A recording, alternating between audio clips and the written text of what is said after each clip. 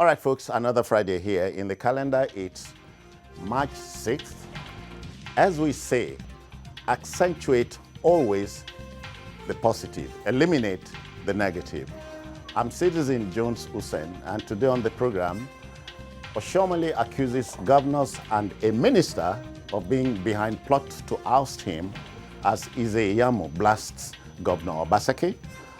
INEC seeks end to manual voting in the country. And of course, Nigeria's debt hits 33.078 trillion naira just as Senate approves President Buhari's 22.7 billion naira loan. I'm hanging out with Babajide Kolade-Otitoju. Jide, I greet you. Good evening to you. I greet you, Citizen. I like your cap. Oka, thank you. I like your cap. Cap that you put on, I like it.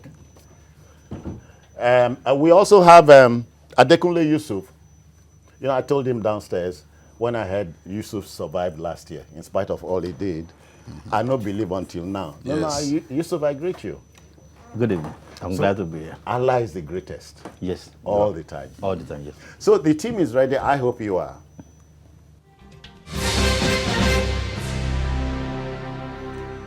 All right, then. You know, the trouble with strong minds is they often stand alone.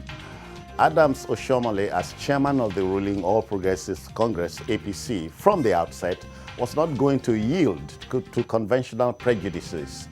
The embattled politician has fingered a serving minister and some sitting governors as the arrowheads of his ordeal within the party. He told journalists at the presidential villa in Abuja that he, quote, was a child of light who would always defeat darkness, end quote. Two high courts in Abuja and Kano, in that order, had ordered his suspension and reinstatement on Wednesday and Thursday. Now, in his native Edo State, all hell is let loose as new APC convert and touted governorship hopeful Pastor Osage Ize-Iyamu blasts Governor Godwin Obaseki in the wake of a bomb attack on the home of Lawrence Oka, a party chief. I don't know they carry last. Like I thought it was data. but the difference is the same. Is it every state? No, Bendel. I dey look at the old Is Bendel. everybody now that is not carrying last? Nobody will agree that he's a last carrier. That's the thing. Yeah, but this, so we're in it, as they say. Yes. And he's with us. Yeah. Yesterday we were talking about this this matter, and a few things happened afterwards.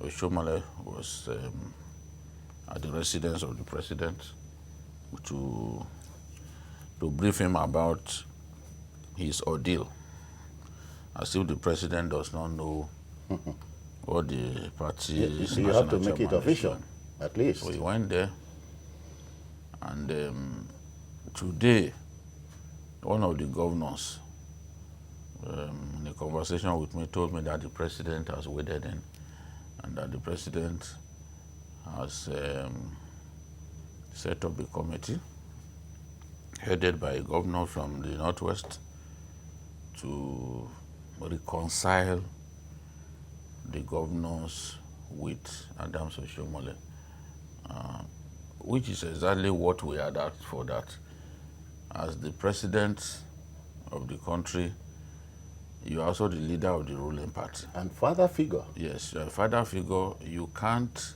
be aloof when your roof is burning. It's roof now. And your children are feuding. Yes, your children are slapping one another. You can't be aloof.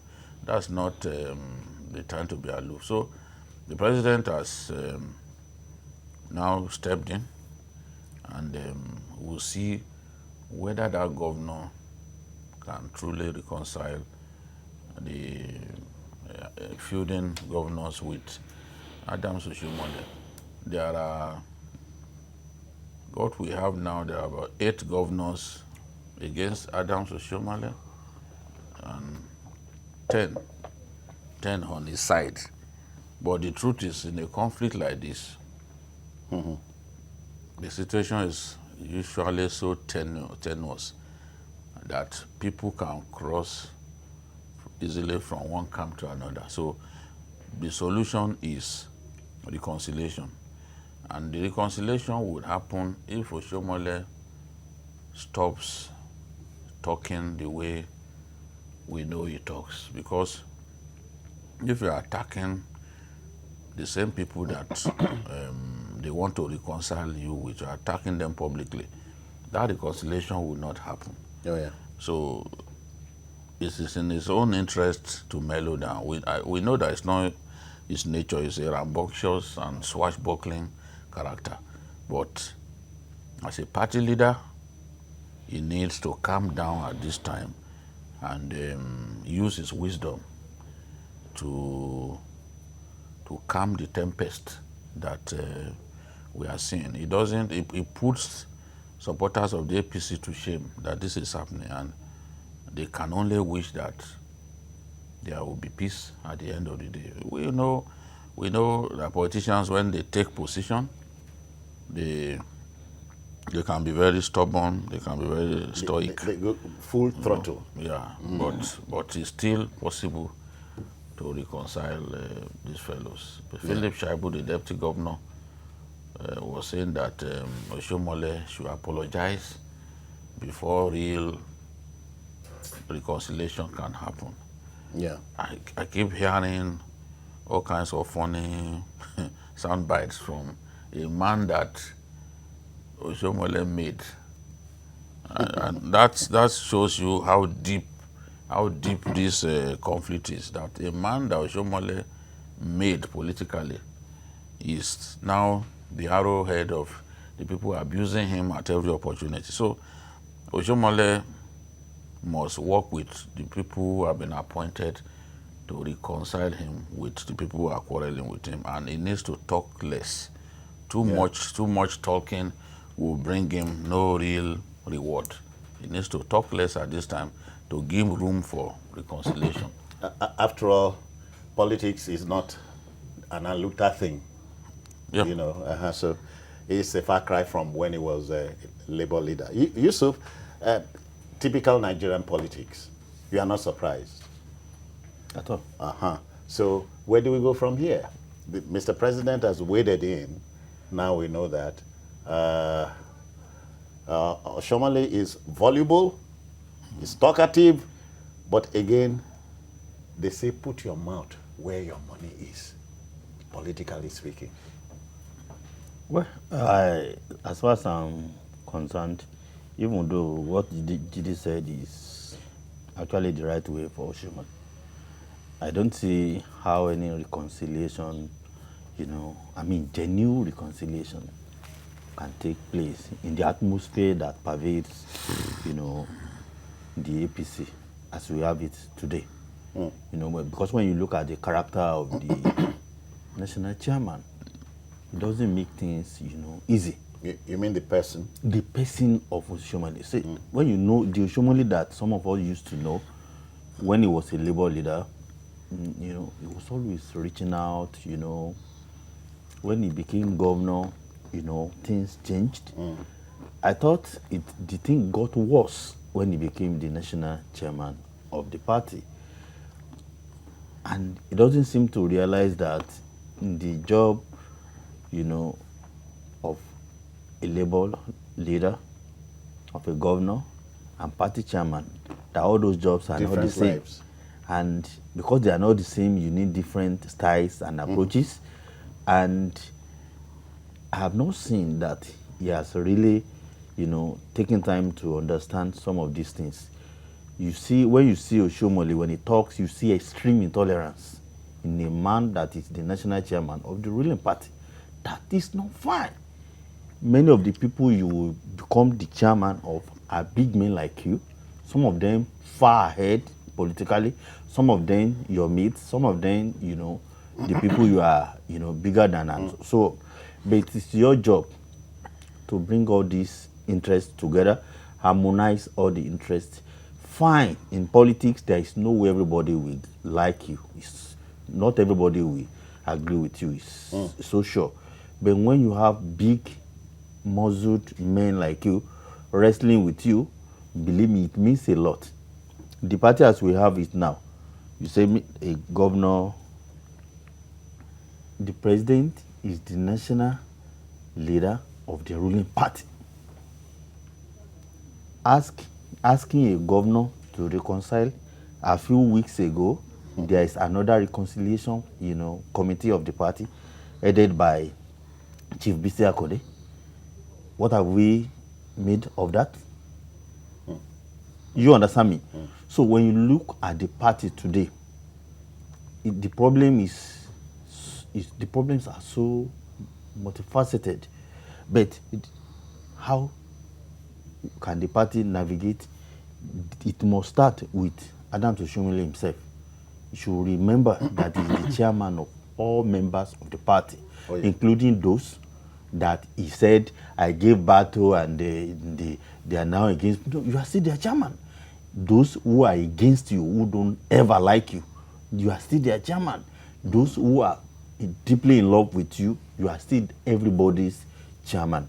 And everything that you want to do, make sure there is extreme transparency, there is sincerity, you make sure inclusiveness happens. So when you look at the activities of the party, how much of these things do you see?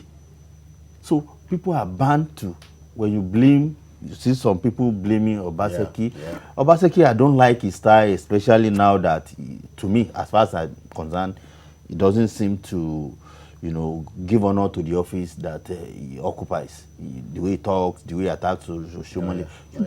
I can disagree with anybody, but there are ways you make your points. When a cynic said, two wrongs don't make a right, and another cynic said, in that case, try three. But in law, a court of co-equal jurisdiction cannot set aside what another court had done. So can we go there? Yeah. The ruling of the Kano court is legally a waste of time. In fact, it's irresponsible because it is elementary law that the Federal High Court is not superior to a state high court, to a high court. A high court is a high court. The high court is a high court. Yes. Whether it is federal or state, it is not superior to any court. What should he have done? It's the appeal court. But on that day, there was a valedictory session for Justice Zainab Bulkachwa. They were pulling her out as president of the Court of Appeal, so the court did not sit. Okay. Naturally, Oshiomole's people would have loved to use the appeal court to vacate that interlocutory injunction. But because it didn't sit, and some people loyal to Oshiomhole just went to the Kano court to give that order. Now, in law, it is the first in time that prevails in the situation like this. The eyes of the law. Since they are courts of coordinate jurisdiction, the first court to give that order, its order subsists. That's why today. So what we're saying is, technically, suspended. It's still suspended based on the law. Based on the law, the eyes of the law. Yes, it still remains suspended, and if he goes to the secretariat, he risks being arrested. So I expect that their effort, because they even announced that they made effort through the appeal court to vacate the order. I expect that the efforts to vacate it through the appeal court, because it's only the same court that gave the order and the appeal court or the Supreme Court that can vacate that order. A court of concurrent jurisdiction can never do that. In fact, what I would expect is that the NJC should descend on judges behaving in this manner. You know that you do not have the power to vacate an order of a court of the same level as your court. So why take that kind of this? You're just trying to cause judicial confusion. So this is the thing. Oshiomhole knows what to do. When I was speaking with some of his people, they said that they did not even know when that move was made. So people who are loyal to you can on their own go and make a move in the desire to keep you on the job. But the truth is, right now, in the eyes of the law, Yeah. the judgment of the Abuja court has not been vacated. It can only be vacated by that same court that Or a gave the higher order, court. or a higher court. So, Okay. a court of concurrent jurisdiction can't do that. Yusuf, we always hear this statement, power corrupts, absolute. But can we rephrase it to fit the bill here? Power corrupts, and the fear of losing power corrupts even more terribly. Maybe that's what we are seeing here. Yeah, you heard what Gidi said. The appeal court is valid this session. Then why can't you wait? I didn't go to do. You wait in the cold. Wait. In the cold. Is the Just a appeal matter of a court few days. is the appeal court doing validity session for a whole year? You can wait. You will see how Oshiomhole himself celebrated the so-called, vacating of the suspension order from Kano. The same Oshiomhole was saying that the court, the FCT, the High Court in Abuja didn't even have jurisdiction. That is the chairman of the ruling party. This kind of utterances for a matter involving the ruling party, then tell me the same man who said FCT, High Court didn't have jurisdiction, celebrated the order that vacated his suspension from a federal high court in Kano. That according to Oshiomhole, so we have company from Zamfara State. Al-Momoni is here with us. Good evening, sir. How do you do? Good evening. Welcome. Yes, sir. I'm enjoying the program. Okay then. Thank you, sir. Zamfara. My contribution is that our leaders fail to understand that a leader is also a servant. The people you are leading you are also a servant to them, and you are about to make the mistakes. Oshiomhole is causing a lot of problems in this party. The former chairman has done a lot. You cannot be quarreling with all other people, because the crisis in APC now is about 2023 general elections, and it is too early for us to be arguing about 2023 general elections when elections we have conducted, we have not even enjoyed the business of the elections. That's my contribution, sir. Okay. Thank you, Abdulman. Quickly, Jide, let's go to the second leg of the story, the feuding between Obaseki and Ize-Iyamu. Did we see this coming? No, normally we should expect, since Oshiomhole has reached out to Ize-Iyamu, we should expect that Ize-Iyamu will stand by Oshiomhole. And the point that Ize-Iyamu is making is a valid one, that a man who took you around the state, sang your praises, worked for you, and ensured that you became governor.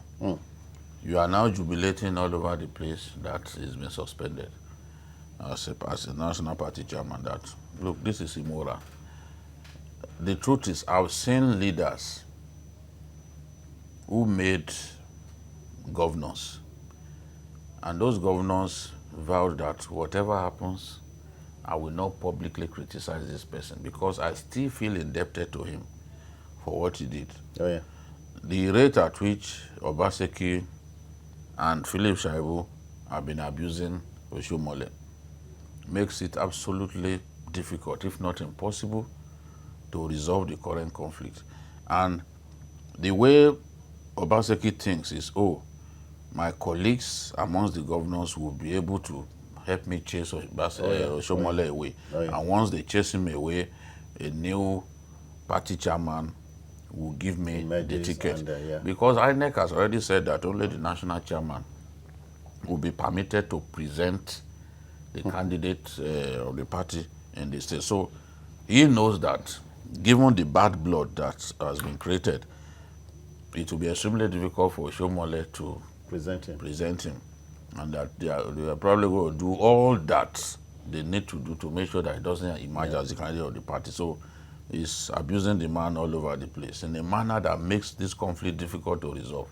Now, a man that Oshiomhole has gone to, brought to the back to the party. Remember, Ize-Iyamu was a foundation member of the APC in the state. He left, he left in annoyance, but he's back now.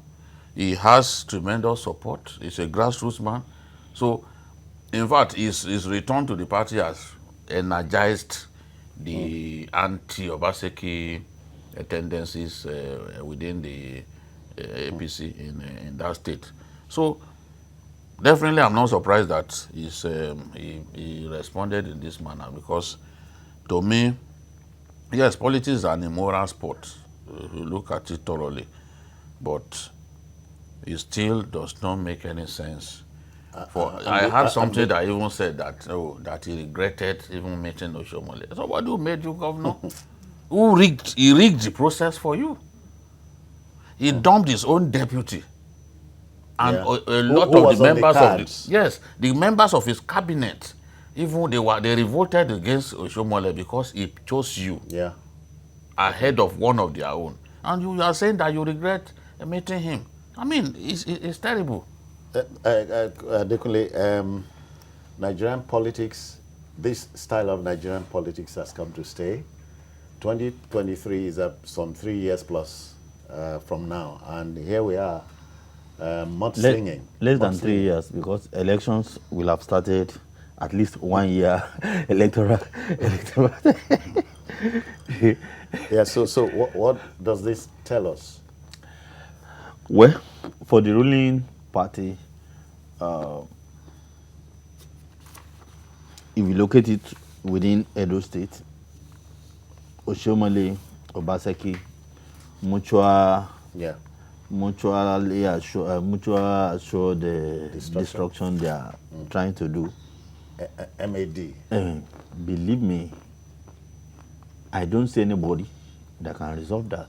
Okay, we leave it there, but the debate must continue. I want to throw this on the line. Is it proper for a sitting governor to determine who his successor would be? We can debate this until the next time. But then, still to come, INEC seeks end to manual voting in Nigeria. I'm interested. I hope you are. Please wait. All right, then, welcome back. You know, the 16th American President, Abraham Lincoln, reflected that the ballot was stronger than the bullet.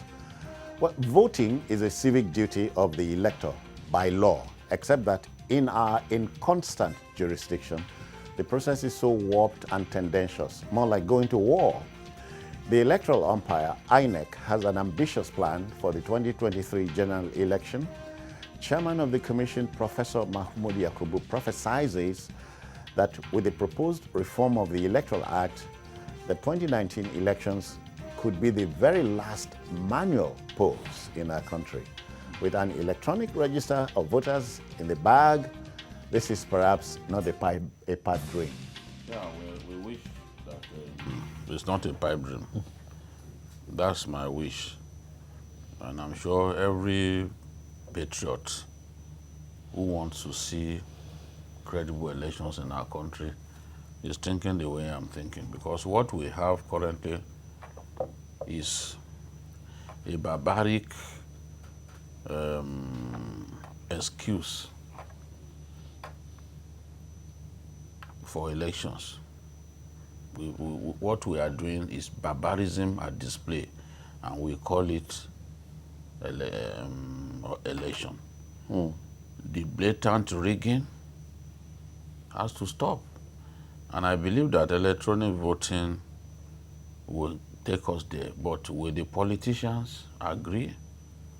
Electronic voting had been suggested in the past and shut down by politicians who are intent on rigging, because the manual platform allows rigging to take place on a big scale. So they want to rig. So they do not think that electronic voting should be supported. But we all know that electronic voting is cheaper, more reliable, and it's not logistically as complicated. More convenient too. You Yeah. don't lock a city down. And you don't keep people for too long in the sun in the name of voting. So, and it's not logistically as challenging as manual voting. So we want to see that happen. But we need to first address the issue of electronic voter accreditation. Okay. You need to first legalize electronic voter accreditation, because we've not done that. And that has allowed for rigging on an unprecedented scale. In 2015, the card reader was used to a great extent. Politicians then found a way around it.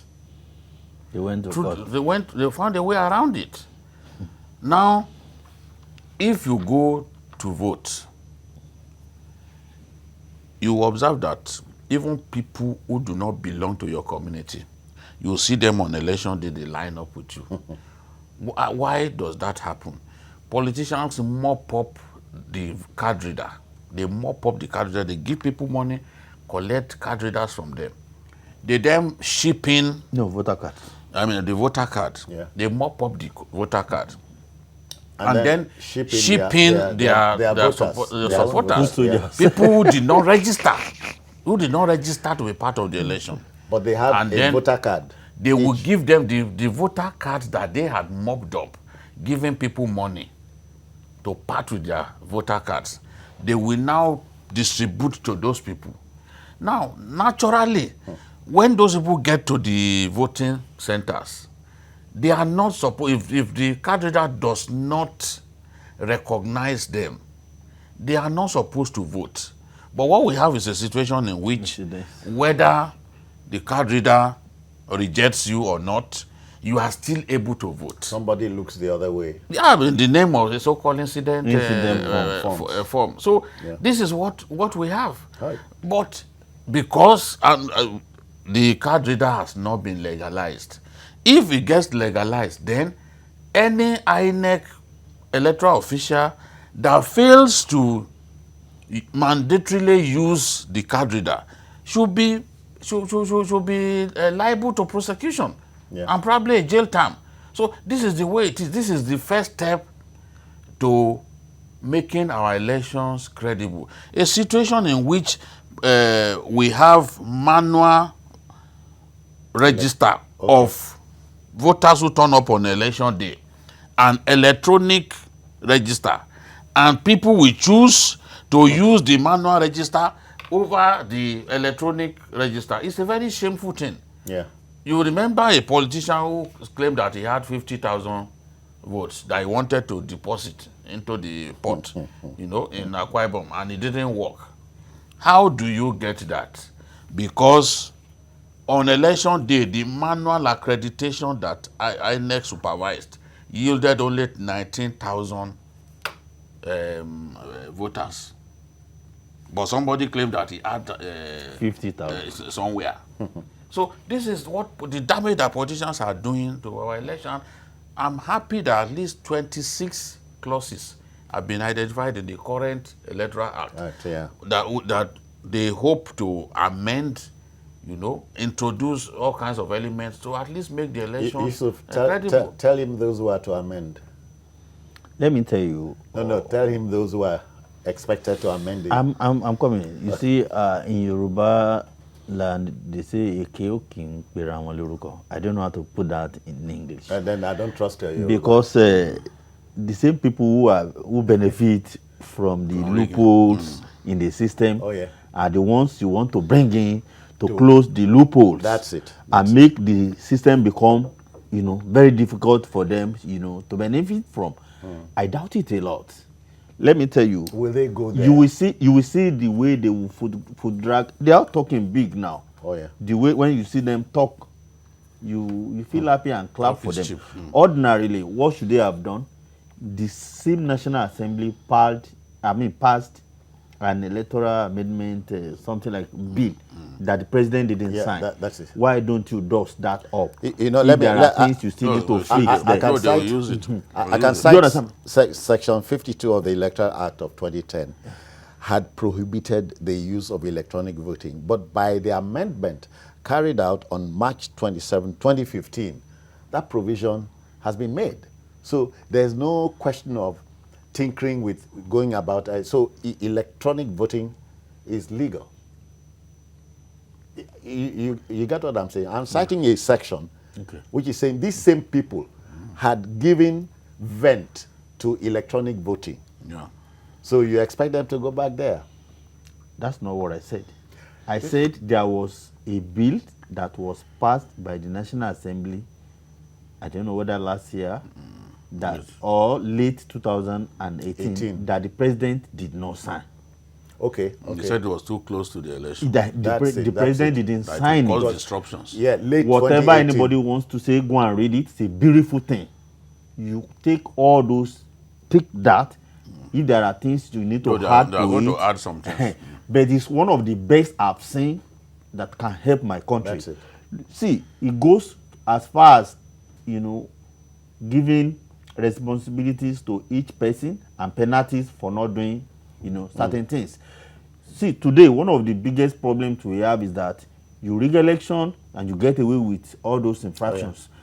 In that bill that was not signed by President Buhari, if you don't do, everybody that breaks our law, or you will go to, and everything is spread out. Then for you, process of recording election results, everything is spread out, and if you go against the law, the penalty is there. Yeah. So step by step, the way that will make you to be afraid to be involved in the election if your mind is dirty. If you are going in there, you are going to do a credible job.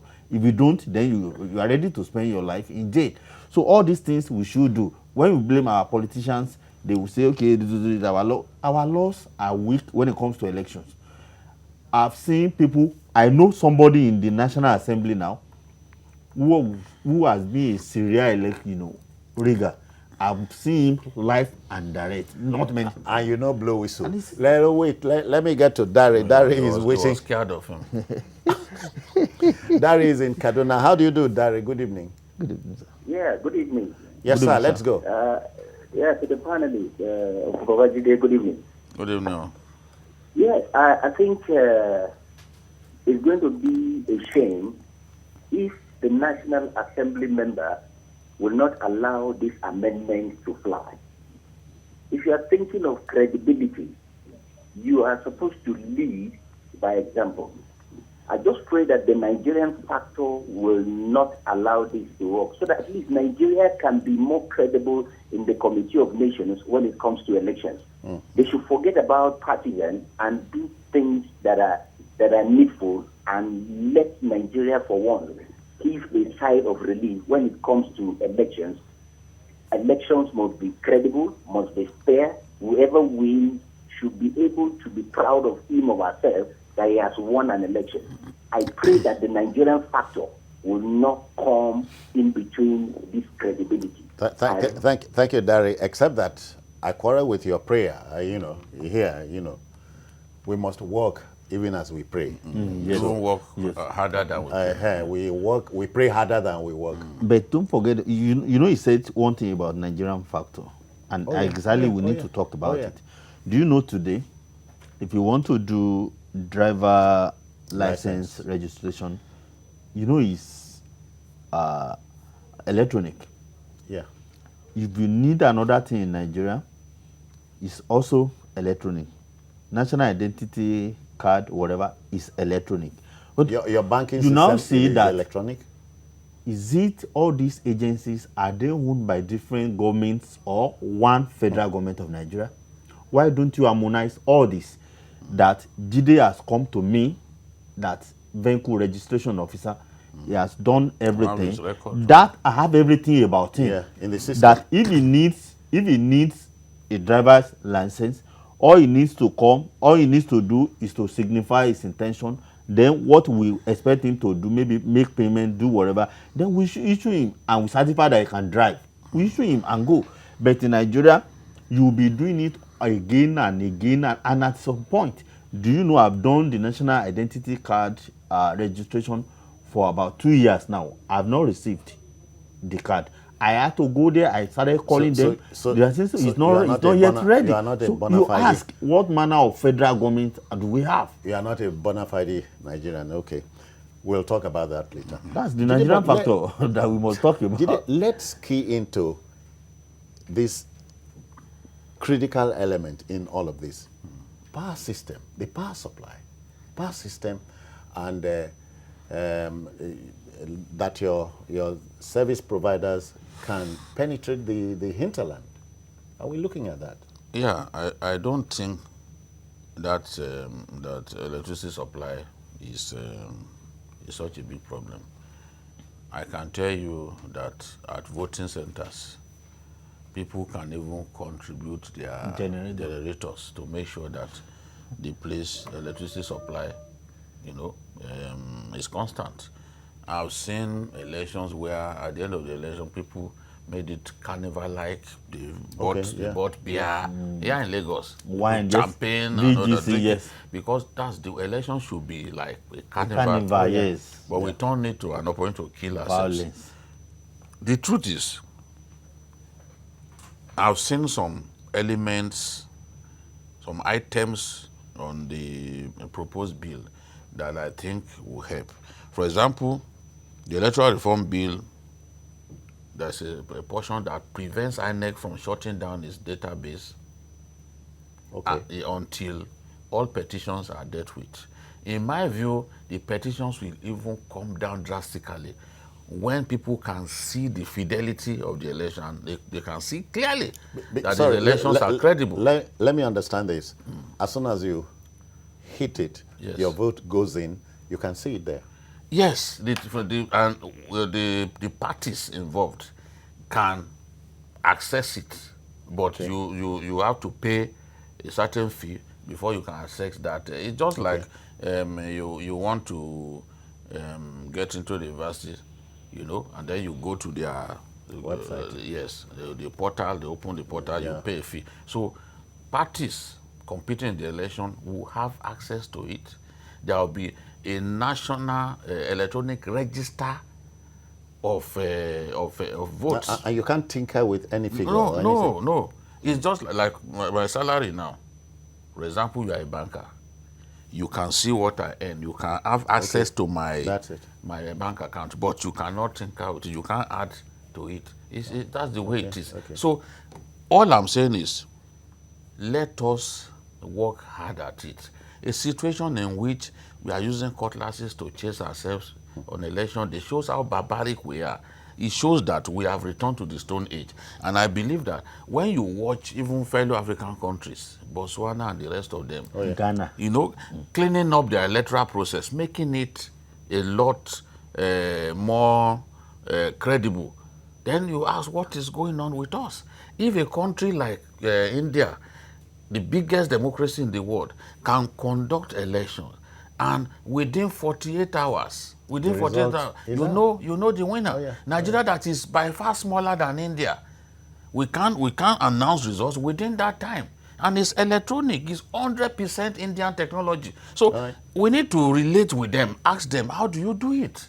Because we need help. We can approach them. How do you do it? How do you manage to do it? Because a third world nation like us. Even there are devices that may not even need, be subjected to the vagaries of power supply in Nigeria.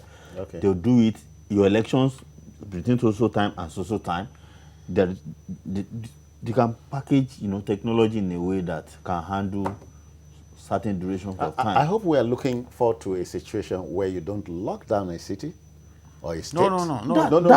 It won't get on election. Electronic voting will take us there, honestly. Okay. And you don't need to do all that. If we harmonize the data system in Nigeria, there is no way a Jide who knows how to hold voters' cards will succeed. It will not be useful because he will realize that at the end of the day it will not work. Has he done that before? All right. Okay. He likes doubting people. All right. We must move on. Okay. We have Stanley is in Saliu is in Lokaja. Good evening, Saliu. Yeah, good evening, sir. That place Yeah, is very welcome. hot now. How are you coping now with the heat there? Salute. Hello? Go on, Saliu. Come and take. Yeah, yes, sir. This is King Salim from Lokoja. Yeah, Okay. good evening, sir. Good evening, sir. Go on. Ignore the hallback. Yeah, I'm managing, sir. Oh, you are a Koga now. Babajide. Come and take Jide there. That place hot well. Yes, sir. Good evening, Babajide. Oh, thanks. Go on. Ask your Good question. evening, the man from Akwa Ibom State, sir. So, somehow, And- let's go. and the third one, sir. Good evening, sir. Naibadoman, Naibadoman. Go on, go on. Babajide, let me first one impression. You must claim your state back. Forget to be from Ekiti State, And please. we don't hear. Saliu, you have 30 seconds, please. Ask your question. The issue of the issue. Keep talking. Don't stop. At the delay. All right. Saliu, better luck next time. Okay, then, you know, the Spanish were thinking about us when one of their proverbs says, debts are like children. The smaller they are, the more noise they make. Our own debts are getting bigger by the day. Nigeria's debt profile has risen to 33.078 trillion naira. By the same token, the Senate has approved President Muhammadu Buhari's $22.7 billion loan request. Now, financial experts and interests across the country have lampooned the development, citing the extreme poverty in the land. A cynic has said interest on debts grow without the rain. And so here we are. Yeah, we are. The truth is, there is no way the current administration would not have gone for these loans. When you look at the huge infrastructure deficit that it inherited and where the government wants to take us, rail, repair of dilapidated federal roads, the second Niger Bridge, the Lagos-Ibadan Expressway, for example, Abuja, Kano, Dual Carriageway. All of these projects, to mention but a few, require huge financial capital, especially the rail project, the elaborate rail project. There's no way you will not need to take loans here and there, because the budget, our annual budget, even our budget for years, will not be able to handle such capital intensive projects. And the truth is, if administrations before President Buhari's administration had embarked on those projects, there will have been no need to go back to them. Look at the Abuja-Kaduna rail line, Please for example. help inside Lagos-Ibadan. I'll get there. Look at the Abuja-Kaduna rail project. It was about 98% completed by Goodluck Jonathan. In fact, the then Vice President, Namadina Sambo, had inaugurated it. And that was why Amechi, on the day that the project was declared open, he received praise for the previous administration. Those are among the few occasions when you hear an Amechi praising Jonathan. It's there. Even if you Google it, you will see the story. So it's not like I invented what I'm saying, you know. So, but today, that project is there. Amechi goes to Kaduna regularly. He's a friend of National El-Rufai. He goes there regularly. He uses that train. To go by road is to take a needless risk, because the bandits are always waiting. So this is the thing. I'm saying that if such big projects had been done, then there will have been no need to back on them now. Look at the second Niger Bridge, for example. Very desirable project, but because we do not have money, we then have to look for sources of revenue to complete that kind of project. So this is why they have embarked on this step of looking for loans here and there. And those loans are tied to specific projects. That's the joy about it. They are tied to specific projects, and even the tenure, the tenure of those loans are also indicated in the document submitted to the National Assembly. So, as much as I worry about excessive borrowing, I know that the situation that they found themselves left them with no option but to find money wherever it is. So all we can hope for is that our revenue generation potential grows, because if we generate a lot more than we are generating now, then the need to seek for alternative source of revenue form of it will not be there. But we are struggling with revenue generation. We are really struggling, and that is why we have these issues. Yusuf, when your friends, relatives, and pals ask something like, look, this money we then they recover from people, why they no use them? What do you tell them?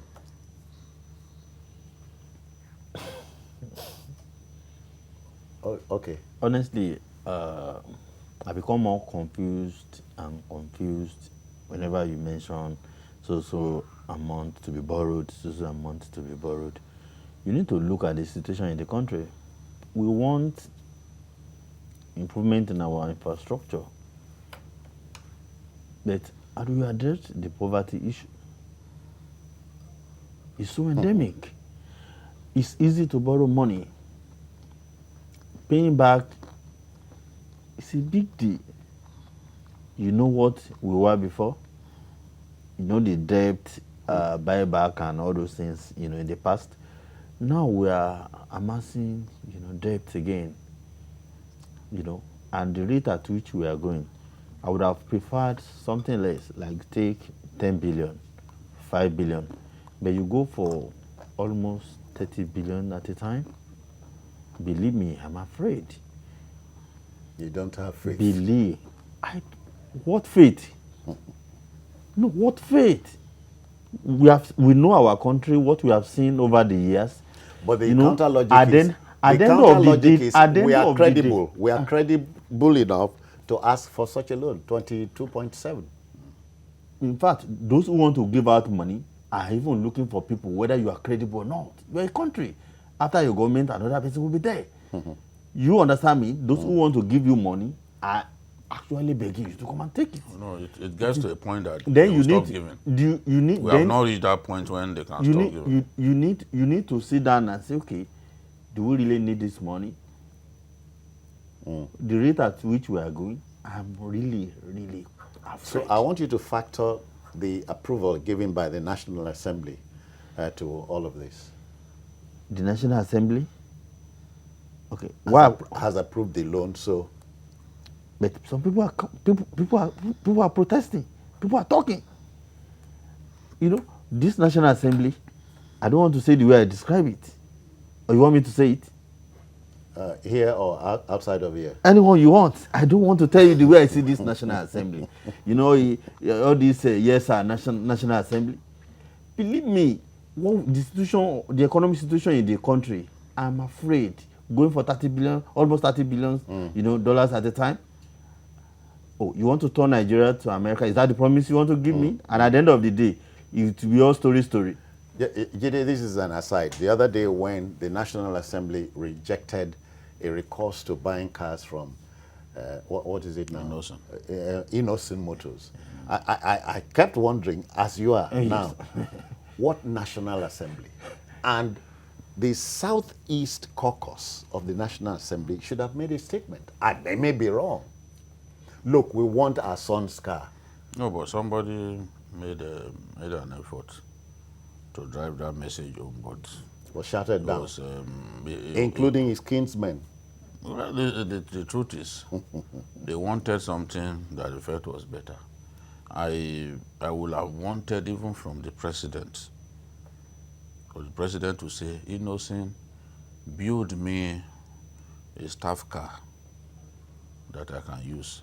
that will have, the thing will have tapered down to other people if the president had made that move. Yeah. So we can't be attacking the National Assembly all the time. Are the other people also using innocent? The executive, are they using innocent? Judiciary people are if you using want to, using innocent? if you want to make it an academic one, me, I go bail out. No, But let's Tella is in Port Harcourt. Tella, we greet you. Welcome. Yeah. Yeah. I greet you all there. Good evening, sir. Yes.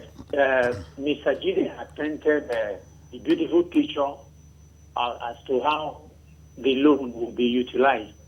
Now, is it wrong for those elected for that job to vet that loan before approval? Is it wrong? Why should the senators be allowed to vet this thing? And look, I'm a Yoruba man. I'm in River State. See. Oh, we are seeing. We lost. We lost him. I wish I knew where I was going. He lost us. I wish I knew. Sorry about that, Taylor. And you see, when we are even talking about the country's debt stock, many people don't realize that part of the country's debt stock is the debt owed by states. So when they see the debt stock, they think everything is federal government. The states are increasingly borrowing. My own take is, we can't suffer extreme infrastructure deficit and refuse to do something about it.